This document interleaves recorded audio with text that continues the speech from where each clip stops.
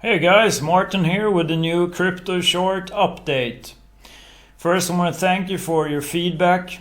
Many people thought that I had a strange accent, and that is because I'm Swedish. In Swedish, my name is pronounced Marten, and I also try to speak with a better flow this time. And we'll also consider the tips you gave us regarding future crypto analysis for specific coins. And we thank you for mentioning super trends in combination with RSI as a good indicator. Now let's jump into the good stuff here. It was one hell of a ride yesterday. Many cryptos were down 20%, but they have now recovered. So in this video we're going to have a look at Bitcoin, Ethereum and Ripple. So let's begin with Bitcoin. And Bitcoin fell 9% on Wednesday, and yesterday, which was Thursday UTC time, we were only down 3%. And here's a low, 61.90, right there, the Bollinger Band. And we are now hovering around 6,500. And you might ask yourself, where is the support? Well, that is in this area between 6,200 and 6,500. And there's some interesting news here regarding short contracts, because they've gone up dramatically. Down here we have the short and the long contracts from Bitfinex, and you can see here that it's right up here, very close to the peak we had a couple of weeks ago. So this is the second highest ever in terms of short contracts. And the question is, will this continue, or is it enough for the sellers? Have they had enough here? That's what happened over here. So that's when we got this very nice move to the upside. So we'll see. I haven't used this indicator that much, but I find it very interesting. Now let's have a look here at the 4-hour chart for Bitcoin. And we do have a little sign here of a directional change. You see the pendant formation here? We are outside of it on the bullish side here. We've had more than 4 hours to the upside here.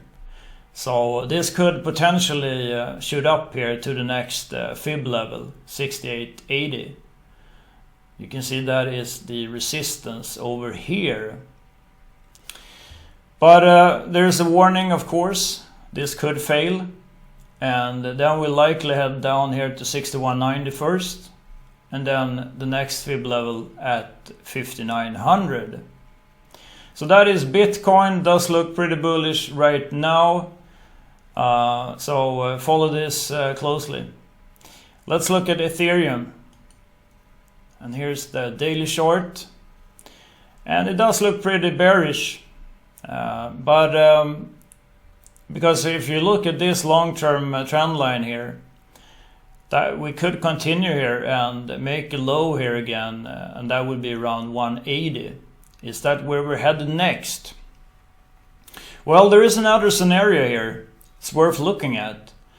I do have found a wave trend divergence here, because we made a lower low here compared to this old low about 2 weeks ago.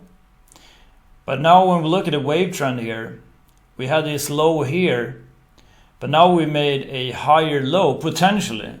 I mean, we haven't gone up yet from yesterday. But if this will form a bottom here, that will make this a divergence. See here, lower low, higher low. And these are very good when these occur. So I'm very excited about this for Ethereum here. We'll follow this. I also want to show you the regular candlestick, because these are Fibonacci, and here it is. And we had a hammer here, a pretty nice looking hammer, I think. It looks like a doji hammer, and usually they are among the best. But you want a continuation here. You want to take out yesterday's high and get a nice green looking candlestick here.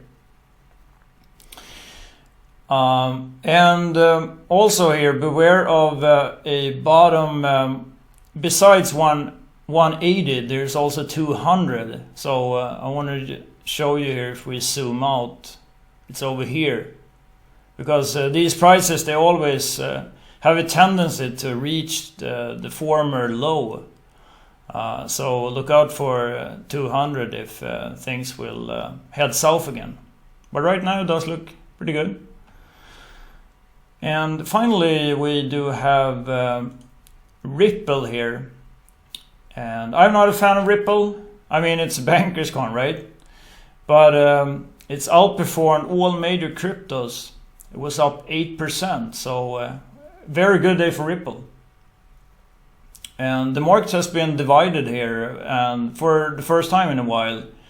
And when I say divided, I mean Bitcoin went down 3%, and that was the worst performer basically among the top 10, but among these guys here. Will this continue on Friday? Good question. I want to add some more things here, and we've been clearly below the Bollinger Band here. But obviously we've recovered nicely ever since. I'm going to show you the candlestick because these are Heikin-Ashi. But we have not taken out this low here from around 3 weeks ago at $0.25. So obviously there's a possibility here. When we look at the Heikin-Ashi, it's still these are still in red, and that's not good enough for me. Keep that in mind if you are using Heikin-Ashi. But on the other hand, here we do have a nice bullish engulfing candlestick for Ripple right here. So what would have been even better, that would be a large engulfing sign. But this is just an engulfing sign, but it's still good. We can look at some old ones, perhaps here. Here's a large engulfing sign. This could be a potential bottom here when we're looking at the candlesticks. And when you get in a trade, I usually use a lower time frame. So let's say I use the 8-hour Heikin-Ashi. That's what I did yesterday when I shorted Bitcoin. I got in around 7,100. So usually you can find a more lucrative entry point when you go down in time.